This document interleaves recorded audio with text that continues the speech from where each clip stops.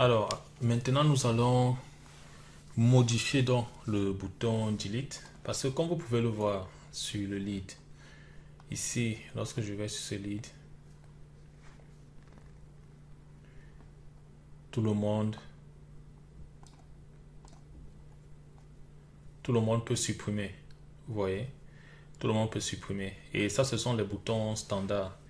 Ces boutons reflètent en fait les droits des profils. Donc, tous les profils peuvent supprimer un lead.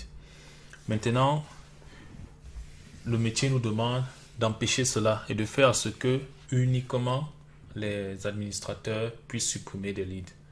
Donc, pour le faire, nous allons donc nous devons créer de nouveaux boutons. Donc, un bouton customisé, et nous allons associer un flow builder, donc un flow. Et pourquoi associer le flow? Parce que le flow va nous permettre de définir les actions à mener. Donc, comment on va récupérer l'enregistrement, quelle action on va effectuer et quel message on va afficher. Donc, pour ceux qui pourront supprimer, on va leur afficher le message avec l'ID qu'ils vont supprimer. Et pour ceux qui ne pourront pas, on va leur afficher aussi un autre message pour leur dire qu'ils ne peuvent pas supprimer. Donc, et les raisons pour lesquelles ils ne peuvent pas supprimer, parce qu'ils ne sont pas d'un profil technique. Ils n'ont pas la capacité technique pour supprimer le lead. Donc, c'est parti. Nous allons aller dans la configuration.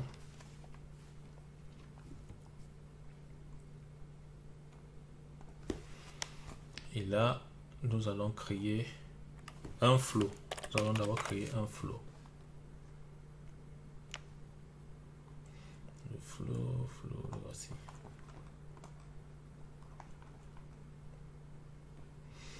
Et le flow, on va l'appeler new. Et ça va être un screen flow, pas un auto launch. Les auto launch ne peuvent pas être appelés dans les boutons, dans les actions. Les boutons en Lightning, tous ces boutons, ce sont des actions en fait. À ne pas confondre. Non, ce sont des actions. Tout ça, ce sont des actions. Donc, le flow ne peut pas être appelé dans une action. Donc, le auto launch ne peut pas être appelé. Donc, on va prendre le screen flow. Donc, je prends le screen flow, create.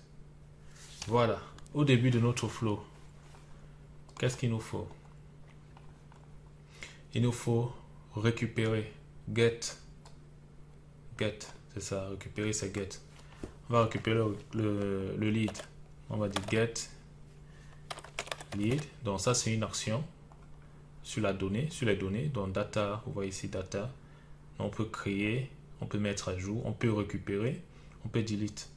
Mais avant de delete, il faut qu'on récupère d'abord notre lead qu'on veut. Parce qu'on a des choix à faire selon le type de profil. Voilà, donc le nom à payer est rempli automatiquement.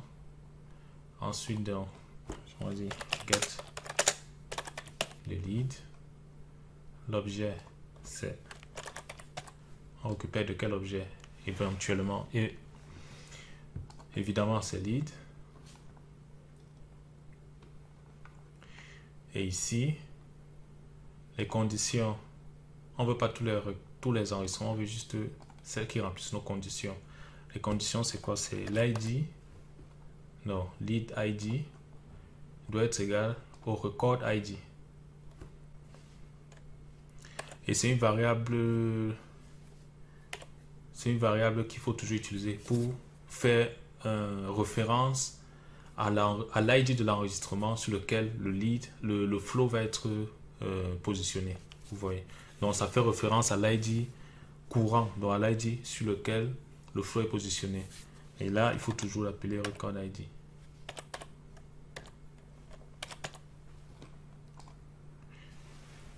Alors,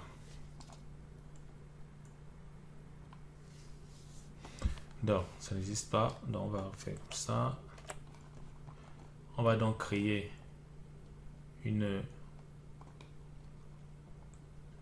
nous allons créer donc une variable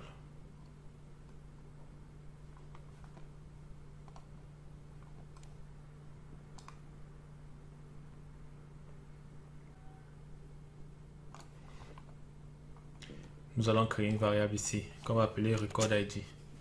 Donc, une variable pour la créer, on va dans New Resource, une nouvelle ressource. Ça sera de type variable. On va l'appeler record ID. Ça, il faut retenir. Si vous pouvez noter ça quelque part, c'est le nom qu'il faut toujours donner à cette variable là pour dire l'ID courant. Si vous donnez un autre nom, ça ne va pas marcher. On dit variable qui stocke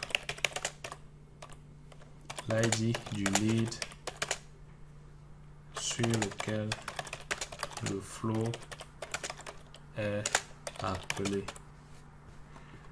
Voilà. C'est le type texte. Que l'ID, vous avez vu, l'ID il est là. C'est du texte. Et il doit être uniquement disponible en input. Available for input. Donc, available for input, ça veut dire que on peut changer sa valeur. Available for output, ça veut dire qu'on peut l'afficher.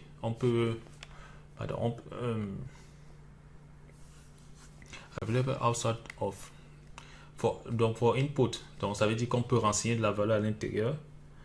Et for output, ça veut dire qu'on peut la modifier. On peut aussi l'afficher. Non, là c'est uniquement choisir available for input. Non, on peut renseigner des valeurs à l'intérieur. On fait done. Alors, je pense que ça l'a bien créé.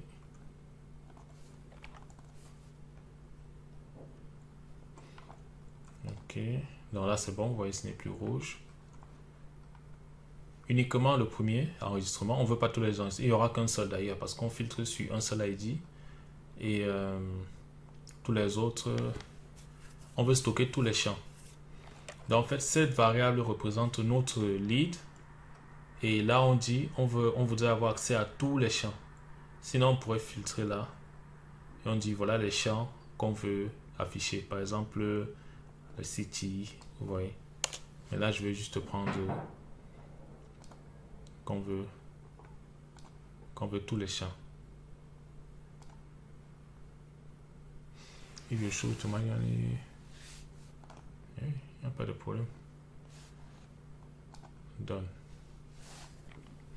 Et maintenant, vous allez donc cliquer sur le rond et vous maintenez la souris et vous ramenez là pour faire le lien. Donc au début, on récupère l'enregistrement. Jusque là, c'est bon. Maintenant, lorsqu'on récupère l'enregistrement, qu'est-ce qu'on doit faire? On a un dilemme. Nous avons un dilemme. Donc, on va prendre cette logique-là. On va appeler décision. Décision, automatiquement. On va dire, faut-il supprimer le lead?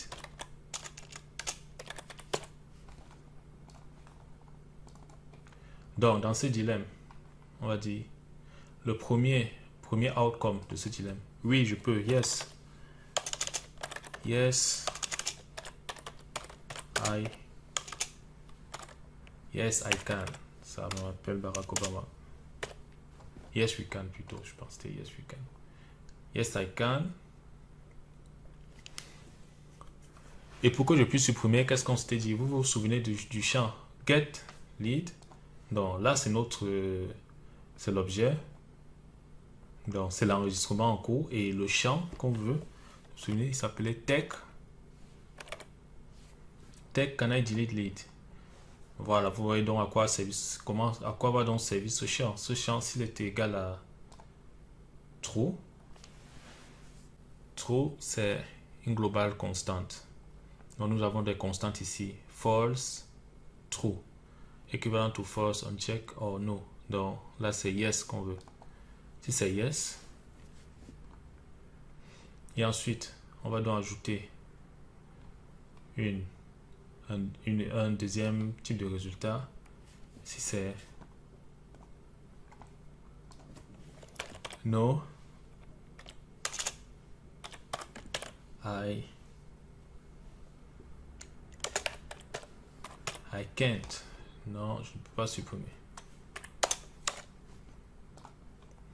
pareil. Là, toutes les conditions doivent être vérifiées. Donc, notre lead. Vous voyez ici, regardez, je ne pas, je vais un peu trop vite. Là, vous voyez lead. Donc là, ça représente notre enregistrement sur lead. Là, on nous dit c'est le texte, un texte. Donc là, c'est l'objet ici. Donc, référence de l'objet. Et maintenant, point, on accède au champ. Pareil, tech, commence à saisir T, E, C. Il va filtrer. Equal to false. Global constant false. Et là, on fait done. Donc, j'ai récupéré les enregistrements. Ensuite, je dois donc venir. Je clique sur le rang. Je viens là, je rattache sur l'autre rang. J'ai une décision à faire. J'ai une décision à faire. Et de cette décision, nous sommes dit que nous avons deux messages. Nous avons deux messages. Donc, le premier message, on va utiliser ce qu'on appelle le screen pour l'interaction. Mais le premier écran, il va nous dire, ici on va l'appeler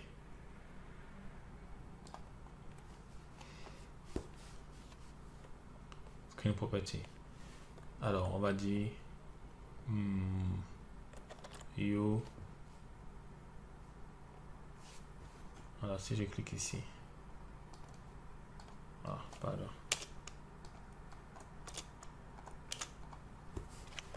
On va dire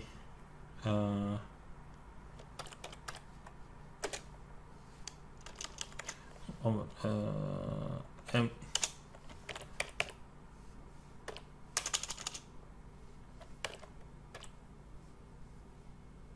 On dit no delete bien. Donc can't delete. Delete. Ici on peut dire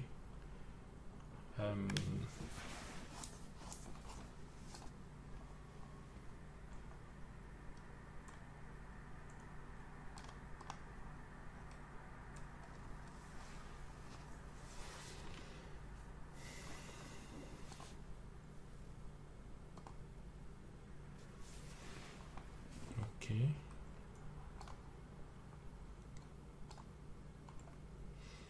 Si je reviens là, je clique. Can delete et à l'intérieur nous allons rajouter, nous allons afficher un texte. Donc on va utiliser ici. Alors, si je ferme ça, c'est un display. Donc input, ça veut dire que là c'est les informations qu'on peut, c'est comme un formulaire. Par exemple, si je fais input ici date, que l'utilisateur pourra saisir la date à l'intérieur. Donc les inputs, c'est les entrées.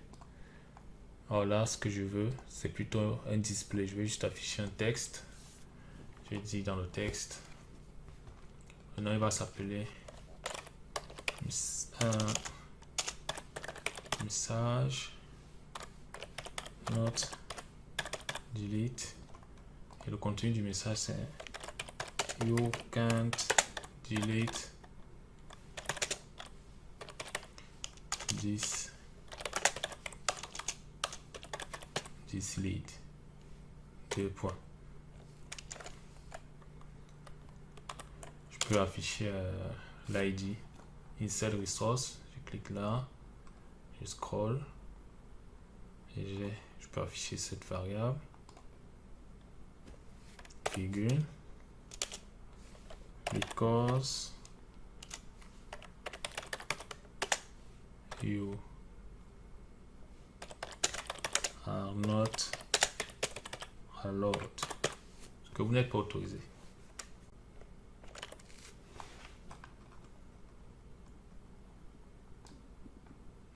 On peut faire un peu de l'habillage, on peut centrer, on peut mettre en bold, on peut mettre même en rouge.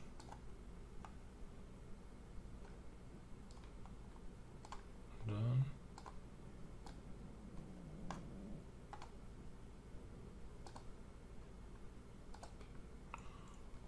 Ok.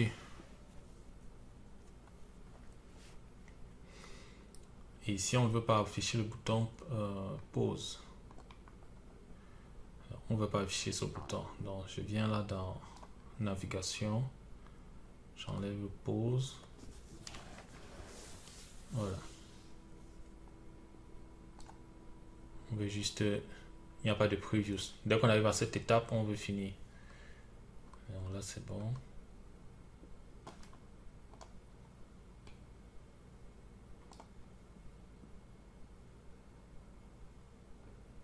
Done.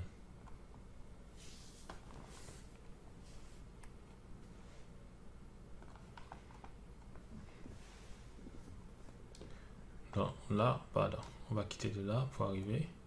Il nous demande, ça c'est dans quel cas? Ça c'est dans le cas No, I can't. Fait done. Je peux venir mettre, pardon, je peux venir mettre là. On va faire comme ça, que ce soit lisible. Voilà, on peut faire comme ça, ensuite ça. Donc, s'il y a le no, maintenant on va faire le oui, le yes. Donc,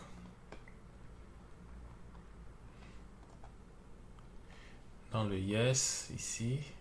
Alors, ce flow là-bas, c'est parce qu'on n'a pas encore enregistré notre flow. On va l'enregistrer après, c'est pour ça qu'il n'affiche pas bien. Il nous affiche ça. Le label, on va l'appeler delete. Delete. Voilà. Delete. Lead. Pay name. Delete. Deletion of the lead. Ok. Et ici, qu'est-ce que je vais afficher? Navigation. Je ne veux pas qu'il y ait de pause. Voilà. Je veux juste ça. Finish. Previews. C'est tout. Voilà. Et je veux aussi afficher le message. Donc, je vais baisser cet input. Je vais mettre là. Mon texte pour dire. Voilà. Je peux appeler juste message. You are about to delete this record with ID 2 points. On va insérer notre ID, donc il est là. Record ID. Voilà. Je peux le mettre en gras et en rouge.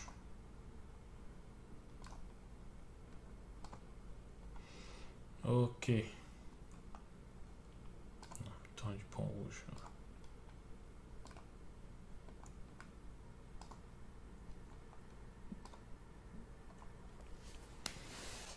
Voilà. Et dans ce cas de figure, vous l'aurez deviné, c'est le deuxième cas de figure. Yes, I can. Done. Voilà. Donc, au début, je débute, mon flow va se lancer, le bouton va lancer le flow, il va récupérer l'ID. Donc, par cet ID, il va pouvoir récupérer tous les champs de l'enregistrement et on aura une décision. Si le champ tech est à true, ok, je vais sur l'écran de suppression. Je lui donne quand même un avertissement parce que c'est une suppression. Et sinon, ben, je viens ici. Et là, j'empêche l'utilisateur de supprimer. Voilà. Maintenant que si on a le go pour supprimer, qu'est-ce qu'il faut? Il nous faut donc supprimer, donc delete. Vous l'aurez deviné.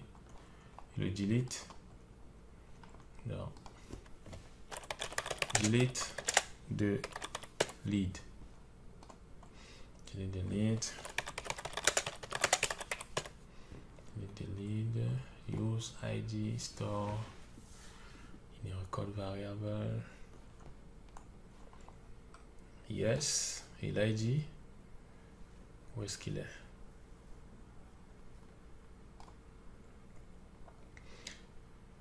Use ID store in a record variable. Voici notre variable. C'est les records. Voici notre enregistrement. Ok, get lead. C'est l'enregistrement lead sur lequel le flow est positionné. Donc, tout est correct. Là, je fais done. Et ensuite, je fais le lien. Et là, je vous dis, j'ai terminé mon flow. Mais faites attention, on doit d'abord faire save. On va définir le nom du flow. On va l'appeler flow. On va mettre le nom de l'objet lead. Comme ça, s'il y a un autre flow, demain on va mettre flow account, flow lead. Et l'action, c'est delete.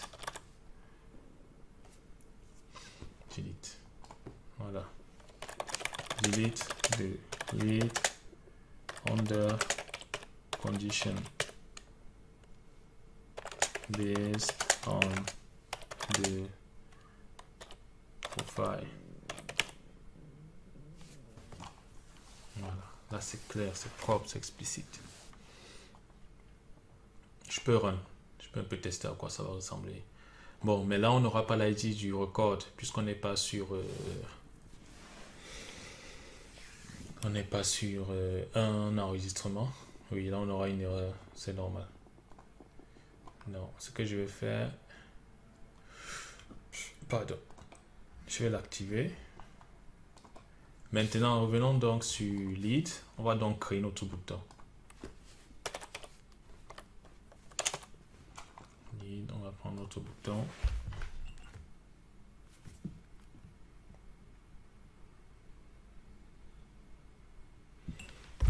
Vous recevez un message d'erreur. Quand vous essayerez de... Il faut être avec le profil admin, bien sûr. Sinon, vous ne verrez pas toute la config. Là, je viens sur Buttons. Alors, c'est ici, New Action. Toujours, les boutons en Lightning, ce sont des actions. Toujours, toujours, toujours. Et l'action, en fait, ici...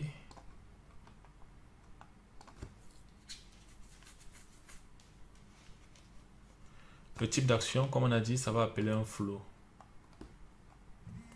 Flow. Et là, je choisis donc Flow Lead Delete qu'on vient de créer. Standard Label Type. Alors, je peux utiliser un label qui existe déjà. Par exemple, Delete. Mais non, je vais mettre son nouveau label. Il va s'appeler Delete Lead. Pour qu'on le différencie du bouton Delete standard qui existe déjà. Save. Alors, et qu'est-ce qu'on doit faire? Vous l'aurez deviné, on doit positionner ce bouton sur le layout.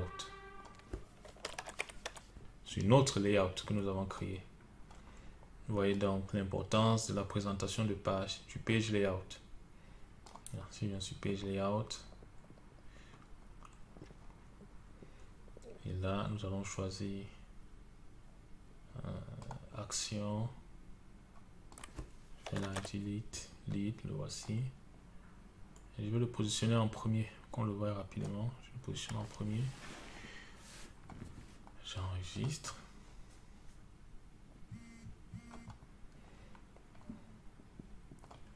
Et là, si je reviens, si je fais F5, je rafraîchis la page.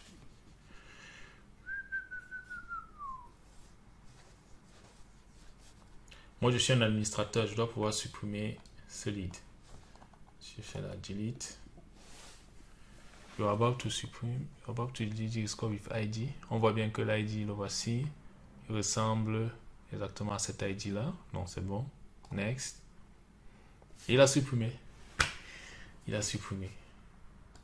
Je vais me connecter en tant que un utilisateur métier pour m'assurer que eux, ils ne pourront pas supprimer. Il faut toujours tester tous les cas de figure avant de dire à votre client ou au business que voilà, c'est prêt, c'est fini. Non, toujours tester tous les cas de figure. Là, je vais venir sur une piste. Ok, je prends celle-ci.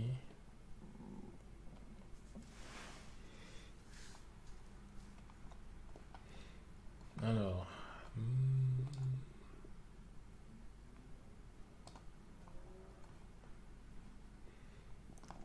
je pense que lui, ok, il a supprimé, mais il ne voit pas notre bouton. Delete.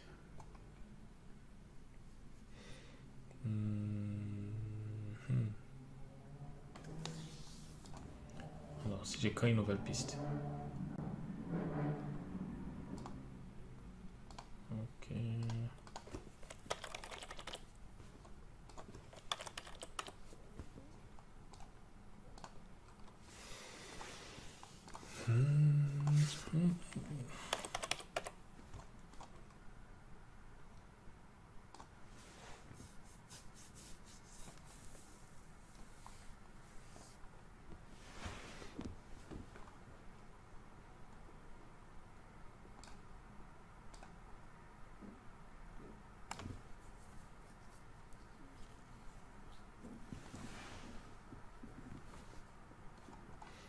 Alors, je vais voir, est-ce qu'il a accès à notre représentation de page. Donc, je reviens en tant qu'administrateur.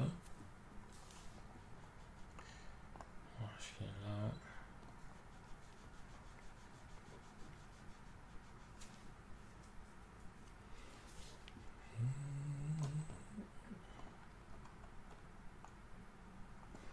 Je viens sur PG Out Assignment.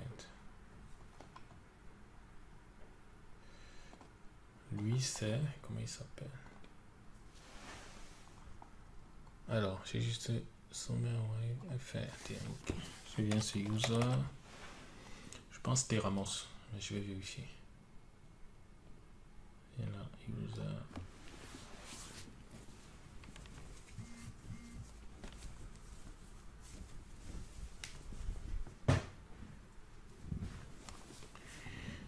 Alors, ok, lui il est Contract Manager.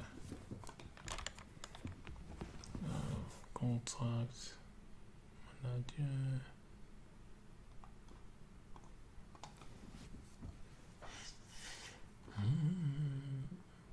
Ok.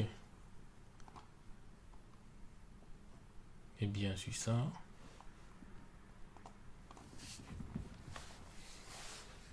Layout.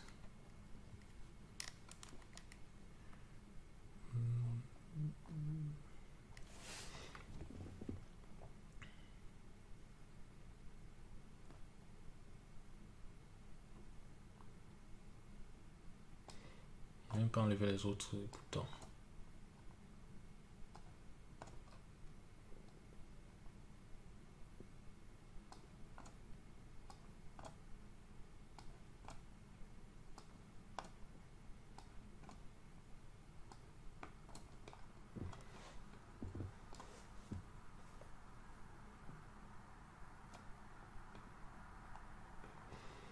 Non, je me reconnais. On va ver. Il y a un moyen, je vais vous montrer un moyen pour vérifier sa présentation de page.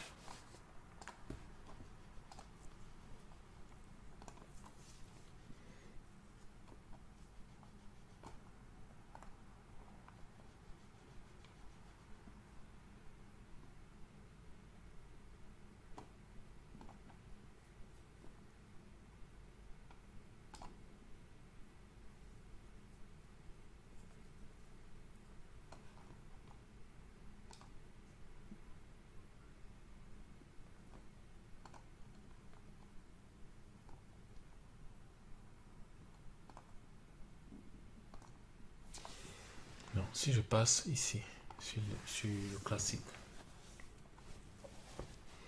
je reviens sur cette piste, Ramos, je prends cette piste. Là,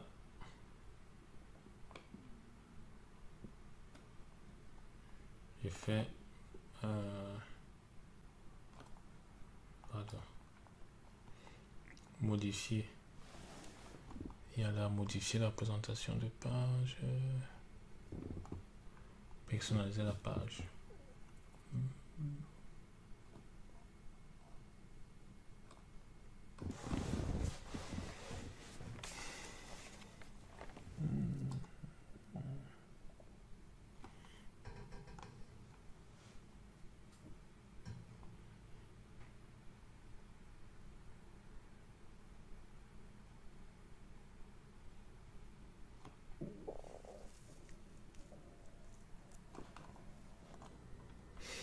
Bon, voilà, pour le cas, pourquoi est-ce qu'on ne voyait pas sur le user,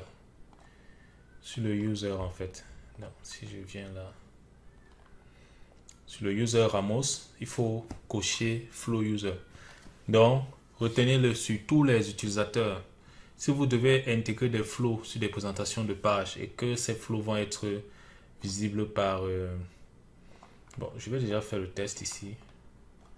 Déjà, si on vient là, vous voyez la case n'est pas cochée.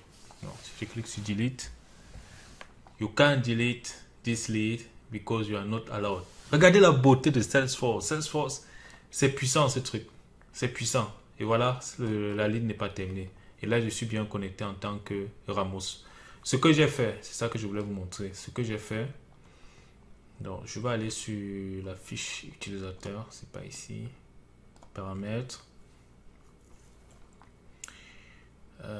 Information. Et ça aussi, vous allez le faire. Vous devez cliquer Flow User, utilisateur de flux. Il faut cocher cette case.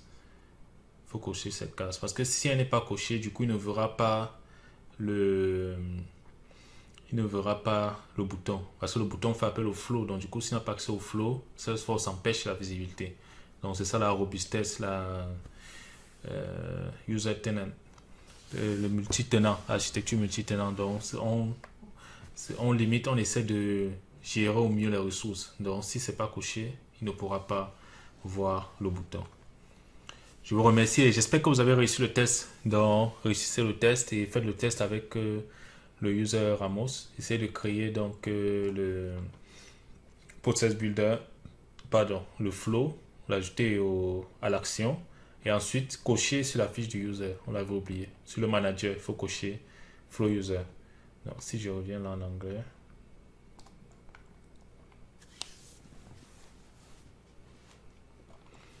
Donc, en même temps, en live, je vous montre comment débugger. C'est pour ça que lorsqu'il y a s'il y a un souci, je reste connecté.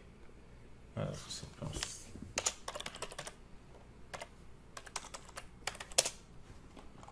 est-ce que c'est celui-ci? Pas que je me perde. Là, je suis bien. Est-ce que je suis en français? Ok. Donc, je voulais vous montrer donc sur User. Venez sur Ramos.